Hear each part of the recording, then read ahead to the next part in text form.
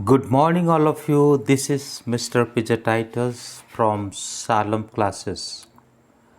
So, students, today we will discuss about the landscape of the soul, and it is for 11th class, and from the book of that Hornbill, and chapter number 4. So, this lesson is written by Nathalie Trowbridge. Okay, Nathalie Trowbridge. So, in this video, we will discuss about two kind of paintings. One is Asian painting, and another one is the painting of European. Then after in next video we will see the outsider and the insider art. Okay, the second part. So in this video lecture we will discuss that the difference between Asian painting and European painting. So this video lecture will be binary language Hindi and English. So if you want to see the fully English video, so just you can open the playlist English class 11th and you can see there another old video that is fully in English. Okay. So before entering to this video lecture, I would like to request you, if newly you are visiting my channel, so please subscribe it and hit the bell icon also. Then forward it to your friends and your classmates. So let us discuss about the writer, about the writer. So as I mentioned about her name is Nathalie Trowbridge. Nathalie Trowbridge was born on February 2, 1945. तो इनका जो जन्म है ये फरवरी 2, 1945 को हुआ है. She was born in Buenos Aires in Argentina. तो यहाँ पे उसका जन्म हुआ है. इससे ज़्यादा और इनके लाइफ के बैकग्राउंड के बारे में और भी नहीं है. So let us discuss about the story. It is not full video, only summary and important points. Okay, so if you want to see the full video, you have to wait. Otherwise, you have to see the old video. Okay, as I mentioned you.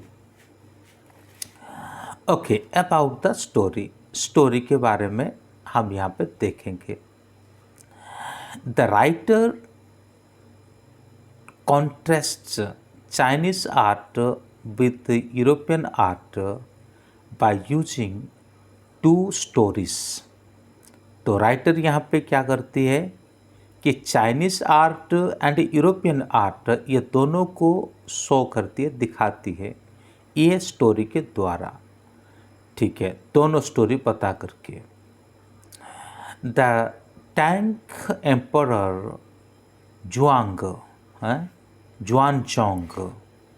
commissioned the painter Hua Daoji to decorate a place wall.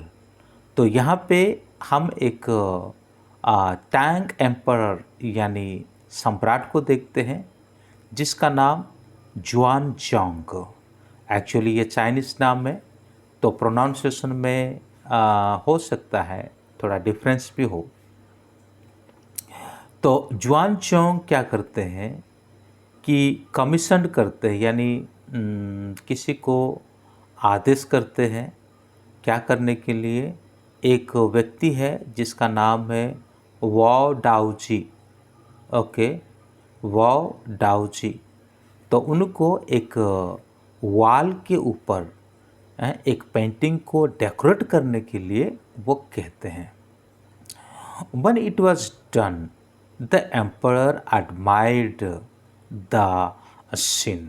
जब यह दृश्य को वहाँ पे painting किया गया और तभी एम्परर यानी सम्राट जो है और उसी के ऊपर बहुत प्रशंसा यानी बहुत सराहना करने लगे।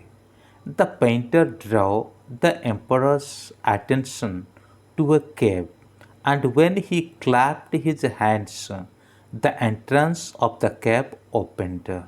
तो पेंटर यहाँ पे क्या करते हैं कि एक ड्रॉ के ऊपर और विशेष करके दृष्टि आकर्षण करते हैं सम्राट के, जो कि एक केव था, ठीक है, एक गुफा था। जैसे वो क्लैपिंग करते हैं यानी ताली बजाते हैं और तब उस गुफा के जो एंट्रेंस है, वो प्रवेश द्वार है, ये क्या हो जाता है, खुल जाता है। The painter entered but before emperor could move the entrance closed, the entrance closed and the painting vanished. तो ऐसा होता है, ये तो पेंटर क्लैपिंग करने के द्वारा गुफा के दरवाज़ा खुल जाता है और उसके अंदर वो चले जाते हैं। लेकिन एम्परर जैसे थोड़े से भी हिलते उस एंट्रेंस के नज़दीक होते, तभी क्या होता है कि वो पेंटिंग जो है वो वैनिश्ड हो जाता है यानी अदृश्य हो जाता है। अलॉन्ग विद द आर्टिस्ट, केवल पेंटिंग नहीं बल्कि वहाँ का जो आर्टिस्ट है, जो आर्टिस्ट ने उसी आर्ट को बनाया था, वो भी वैनिश्ड हो जाते हैं, अदृश्य हो जाते हैं। In another story, A painter wouldn't draw the I of A dragon he had painted for a fear it would fly out of the painting। तो यहाँ पे और एक पेंटर के बारे में कहा जाता है जिन्होंने एक ड्रैगन को क्या किया है, उन्होंने ड्रॉ किया था, लेकिन कहीं ऐसा ना हो कि वो उड़ जाए, इस डर से उन्होंने क्या किया था कि उस ड्रैगन के आँख नहीं बनाए थे। यानी वो इतने नेचुरलिटी के आधार पर बनाए थे इस पेंटिंग को, जैसे मान लो कोई ओरिजिनल ड्रैगन की तरह ही दिख रहा था। अपने हस्तकला के प्रति उनके इतने विश्वास था कि जैसे मानो मैं जो बनाऊंगा वो बिल्कुल ओरिजिनल दिखेगा। तो इसीलिए उन्होंने क्या किया था कि आई को यानी आँख को ड्रॉ नहीं किया था। The writer then sets a story representative of Western painting in which a master blacksmith, Quentin Mestius, fell in love with a painter's daughter। तो और एक स्टोरी में ये कहते हैं कि ये खास करके वेस्टर्न पेंटिंग के ऊपर रिप्रेजेंटेशन देते हैं, यानी उसको प्रतिपादित करते हैं। तो यहाँ पे एक मास्टर है जो ब्लैकस्मिथ है। ब्लैकस्मिथ का मतलब क्या होता है, जो व्यक्ति लोहे का काम करता है, हम उसको ब्लैकस्मिथ कहते हैं, जिसका नाम है क्वेंटिन। तो ये किसी एक पेंटर्स का लड़की के साथ उसका प्रेम हो गया। तो प्रेम होने का मतलब ये हुआ कि वो उसको शादी करना चाहता है। तो इसीलिए उनके सामने क्या शर्त रखी जाती है, to be accepted as a son in law Quentin painted a fly on the painter's last panel. तो यहाँ पे अब दोनों का जो ऑक्यूपेशन में एक बदलाव आता है। एक तो ब्लैकस्मिथ है, लोहे का काम करने वाला, और दूसरा व्यक्ति जो है पेंटर है। ठीक है, अब पेंटर जो है वो कभी नहीं चाहेगा कि एक लोहार उसके बेटी से शादी कर ले। तो इसी के चलते अगर उसको दामाद बनना है तो उसे कुछ करना है, तो इसीलिए वो क्या करते हैं कि एक पेंटिंग को बनाते हैं। When the painter tried to swat it away, he realized that the truth Quentin was taken on as an apprentice and married his beloved। तो जैसे ये पेंटिंग को बना देते हैं, एक फ्लाई को बना करके वो पेंटिंग को क्या करते हैं कि ये वहाँ पर रख देते हैं, कहाँ पर, जहाँ पेंटर के सामने रख देते हैं। और पेंटर जो है वो क्या करना चाहते हैं कि उसको उड़ाने की कोशिश करते हैं, और बाद में एहसास भी हो जाता है उसका सच्चाई क्या है। यानी वो इतने गजब तरीक़े से वो पेंटिंग को बनाया था, तो ऐसा लग रहा था मानो कोई असली में कोई फ्लाई यानी मक्खी उसके सामने बैठी हो। और जैसे इस कला को उसने देखा, इस कला को देखने के बाद फिर वो अपनी बेटी को उसके साथ शादी भी करवा दिया। उसी प्रकार से जो ब्लैकस्मिथ का ऑक्यूपेशन अब चेंज्ड हो गया, his occupation changed from blacksmith into an artist। These stories reveal what each from tries to achieve। ये दोनों स्टोरी में हम देखते हैं कि वे क्या अचीव करना चाहते थे। मेरे विचारों के अनुसार मैं आगे उस विचार को बताऊंगा, पहले मैं ट्रांसलेशन कर देता हूँ। The Europeans want a perfect illusionistic likeness, while in Asia it is the essence of inner life and spirit। तो यूरोपियन पेंटिंग जो है ये मतलब थोड़ा बाहरी के परफेक्ट को देखता है, जो चीज़ जैसा है उसको ऐसा ही किया जाए।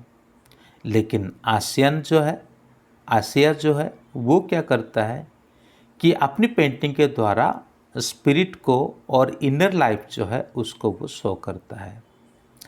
इन the Chinese story only the artist knows the way within and he reach his goal beyond material appearance.